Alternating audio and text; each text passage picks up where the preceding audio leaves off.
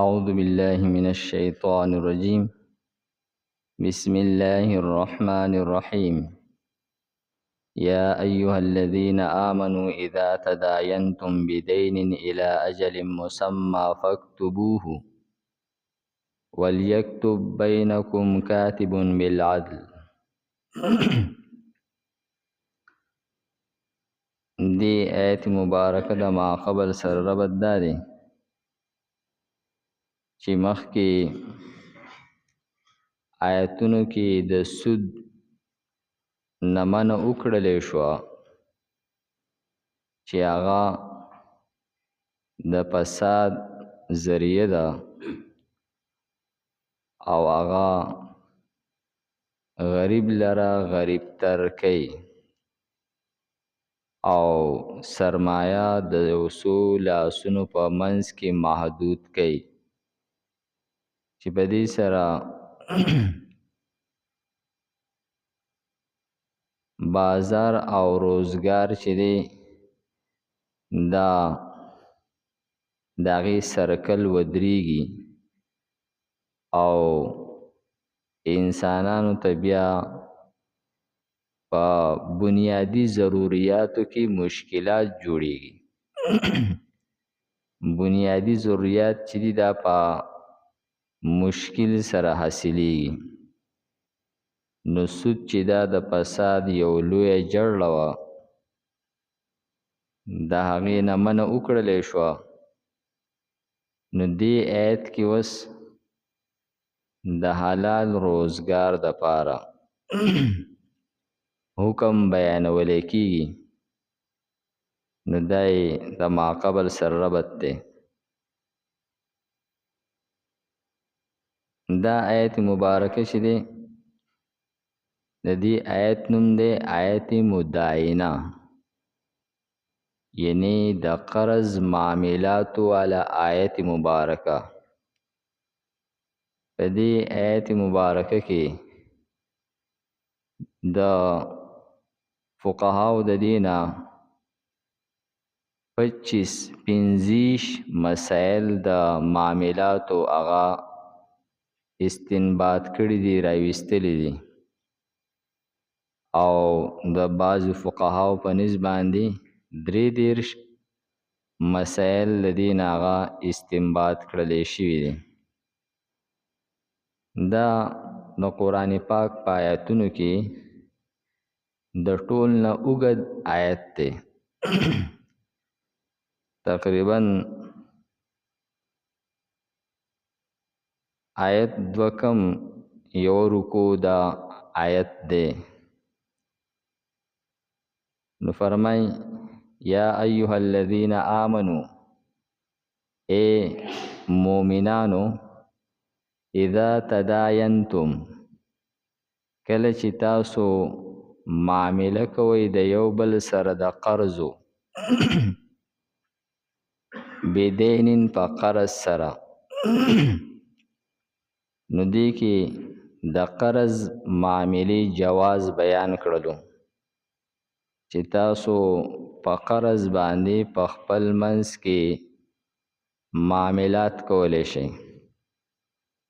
فقهاو ذکر کړي دي چې سودا مبی هغه نقد ورکول او د هغې قیمت هغه قرض په قرض کې ورکول، یا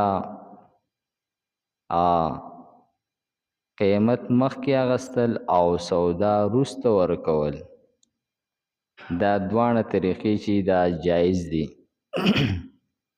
او د دویمې طریقې ته چې مخکې هغه پیسې ورکړي او سودا وروسته والي، دې ته بیع سلم او بیع صرف ویل کېږي.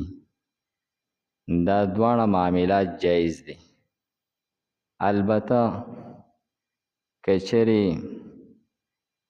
مبی او ثمن، سودا او قیمت دواړه په قرض وشي، نو دا معامله چې ده د دې جواز نشته دی.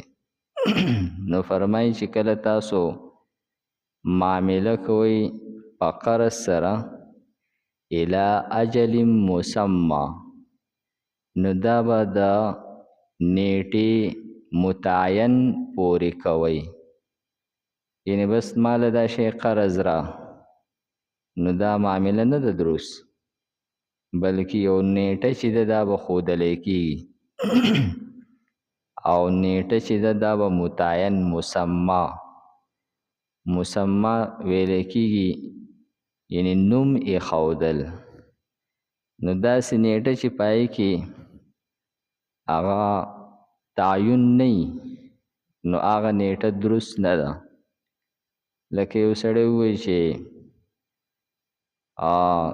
مال دا شی قرض راکه د لونو پورې، کله چې لونه شروع شي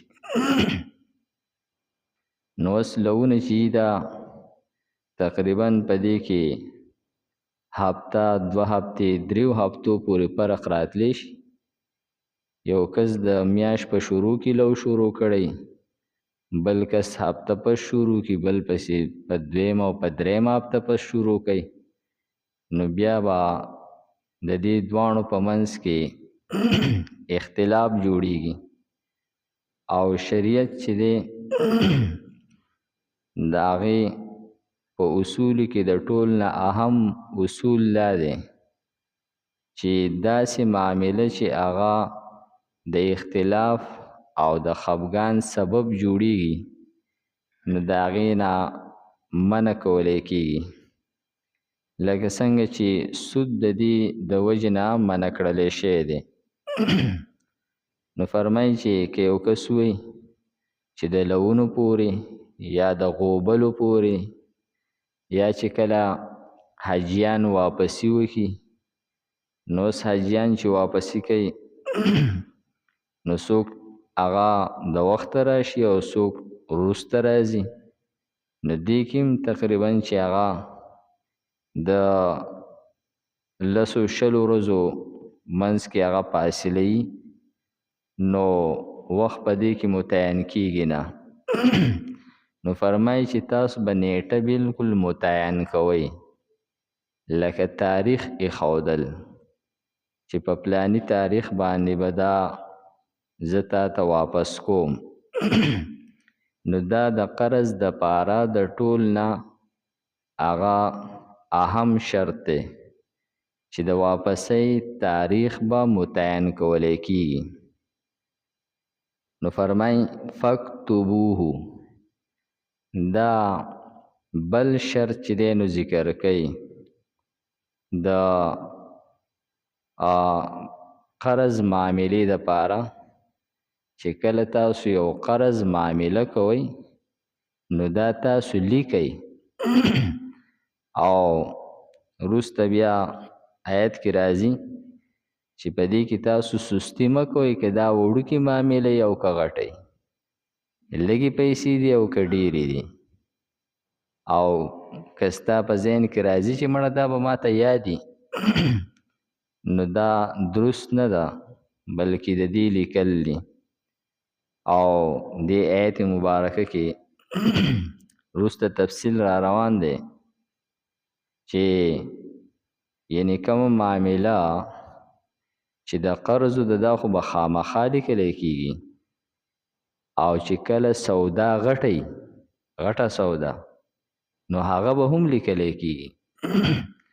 اگر چې هغه لاس په لاس ولې نه وي، لیکن د هغې لیکل هغه ضروري دي.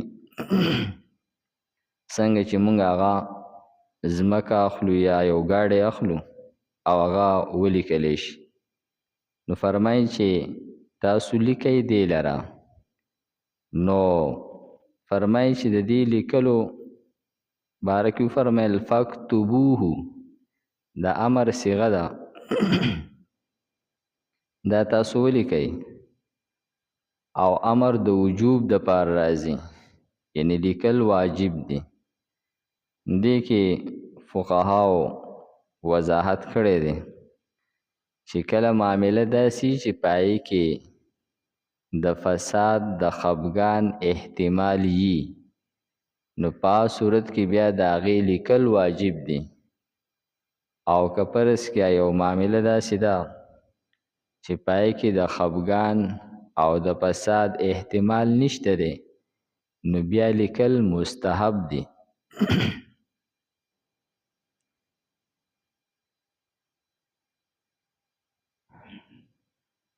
یا ایها الذین آمنو، اے مومنانو، اذا هر کله تداینتم چې تاسو معامله کوئ په خپل منځ کې بدینن په قرض سره الی اجل مسمى نو د نیټې مقررې پورې فاکتبوه نو ولیکئ دې لره.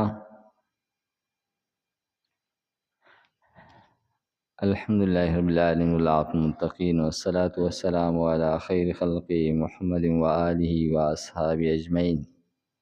پروردگار زموږ دا ناسته په خپل دربار کې قبول کړي. پروردگار موږ ته د قرآن پاک څخه مجبوج را نصیب کړي. د مرګ نه مخکې موږ ته په دې باندې پوره عمل کولو توفیق راکړي. وصلى الله تعالى على خير خلقه محمد وآله وأصحابه أجمعين برحمتك يا أرحم الراحمين.